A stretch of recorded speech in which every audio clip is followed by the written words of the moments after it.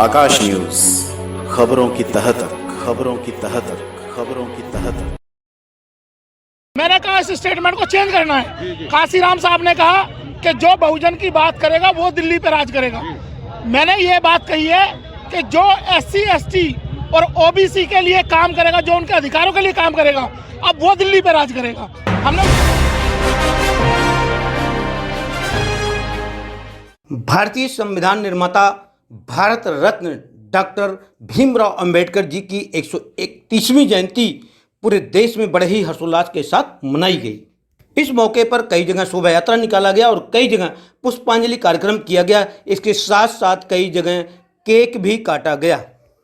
इस मौके पर आपकी अपनी पार्टी पीपल्स के राष्ट्रीय अध्यक्ष एडवोकेट रामवीर चौहान कई कार्यक्रमों में चीफ गेस्ट के रूप में उपस्थित हुए और दलित समाज, पिछड़े समाज को संबोधित करते हुए उन्होंने जागरूक होने के लिए, संगठित होने के लिए कहा।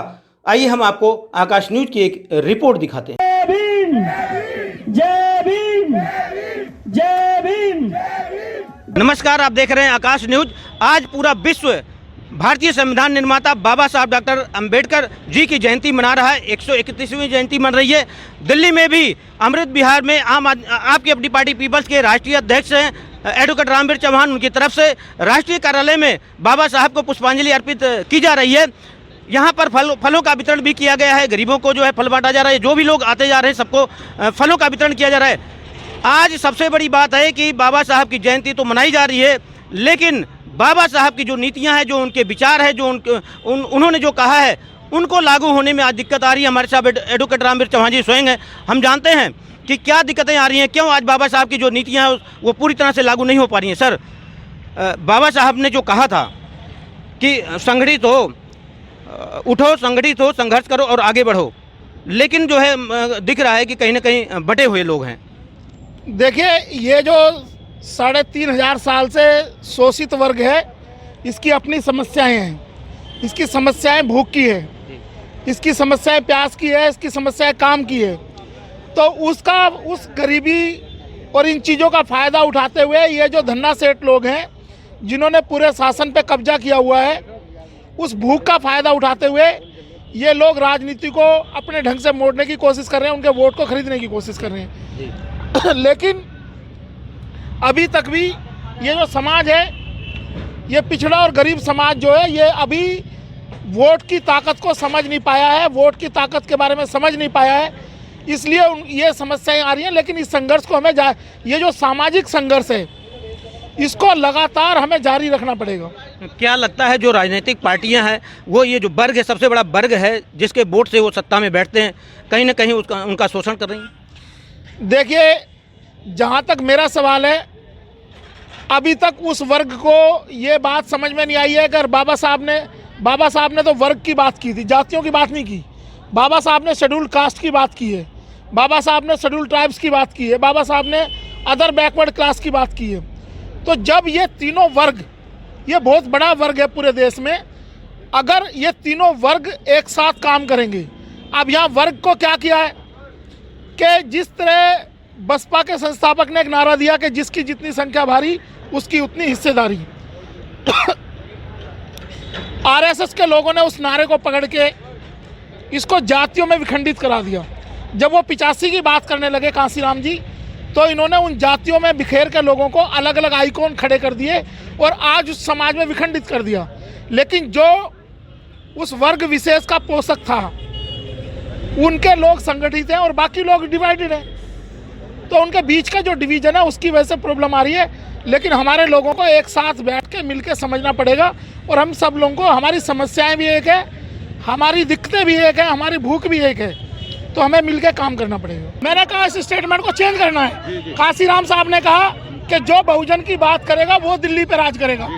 मैंने ये बात कही है कि जो SC ST और OBC के लिए काम करेगा, जो उनके अधिकारों के लिए काम करेगा, अब वो दिल्ली पे राज करेगा।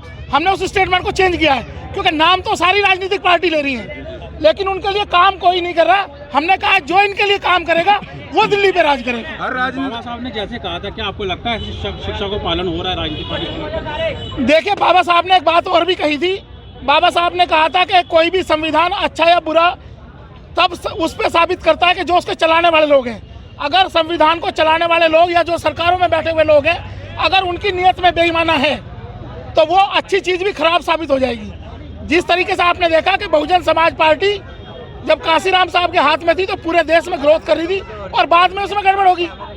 तो ऐसे ही कोई भी किसी भी देश का संविधान अच्छा या बुरा इस चीज़ पर निर्भर करता है कि जो शासन चलाने वाले लोग हैं उनकी नीयत कैसी है। अगर उनकी नीयत खराब है अपने देश के नागरिकों के प्रति, सामाजिक व्यवस्था के प्रति, तो वो खराब साबित होगा। और इसी का रिजल्ट है कि आज देश में भूखमरी के कगार पे देश खड़ा हुआ है। तो सभी को एक प्लेटफार्म पर आना पड़ेगा, एक मंच पर आना पड़ेगा और बाबा साहब के जो उपदेश है, जो बाबा साहब के विचार हैं, उसे कहीं न कहीं धारण करना पड़ेगा अगर सत्ता में आना है।